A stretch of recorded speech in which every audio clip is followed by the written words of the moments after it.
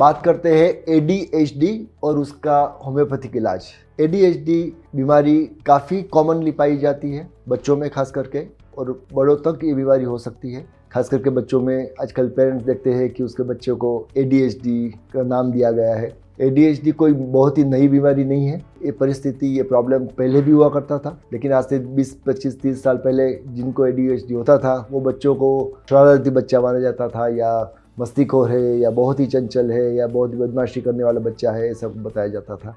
और उसको ADHD की शिकायत है, कोई एक मनोवैज्ञानिक प्रॉब्लम है, वो समझा नहीं गया था अच्छी तरह से। लेकिन आज फॉर्चुनेटली ये बीमारी के बारे में ज़्यादा समझ आई है और हम उसको एक डिसीज़ कंडीशन के रूप में देखते हैं और उसका इलाज भी हो सकता है। सो ADHD में क्या होता है? ADHD में बच्चों के अंदर बहुत ही अधिक मात्रा में चंचलता पाई जाती है। बच्चा एक जगह शांति से बैठ नहीं पाता है, स्थिर होकर बैठ नहीं पाता है, एक ही चीज़ में ध्यान नहीं दे पाता है। उसको अगर कोई खिलौना दिया जाता है तो एक आध मिनट, आधा मिनट, 2 मिनट खेल के उसको छोड़ देता है। उसको और कुछ चाहिए, और कोई नया खिलौना चाहिए, और कुछ करना चाहिए।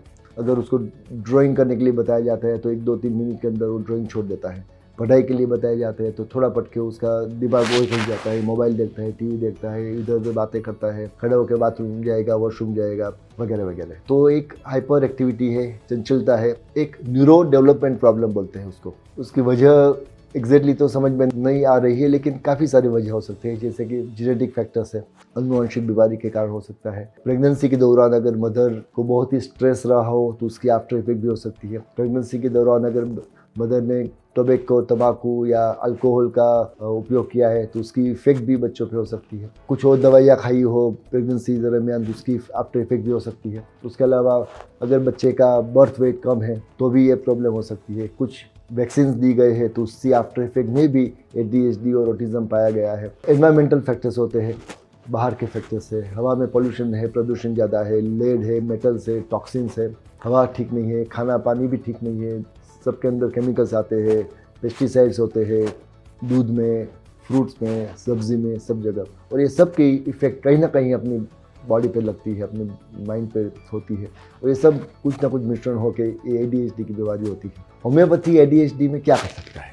होम्योपैथी दवाई से ADHD में कई बच्चों को अच्छी तरह से फ़ायदा होता है। ADHD होम्योपैथी से तुरंत ही ठीक हो जाती है, मेरा जवाब होगा नहीं। लेकिन ये बीमारी लॉन्ग टर्म बीमारी है, उसमें वक्त लगता है, लेकिन धीरे धीरे देखा गया है कि होम्योपैथिक दवाई लेने से बच्चे की चंचलता कम होती है, उसका कंसंट्रेशन बढ़ता है, उसका ध्यान बढ़ता है, उसको कोई भी चीज़ में मन केंद्रित करने की उसकी ताकत बढ़ती है, उसकी कैपेसिटी बढ़ती है, वो खेल पाता है, वो सोशल स्किल डेवलप कर पाता है, रेस्टलेसनेस कम होती है, उसकी एग्रेशन, उसका अगर स्वभाव बहुत ही गुस्से वाला है, बहुत ही चंचल है, बहुत ही एग्रेसिव है, तो वो उसमें भी आराम होता है।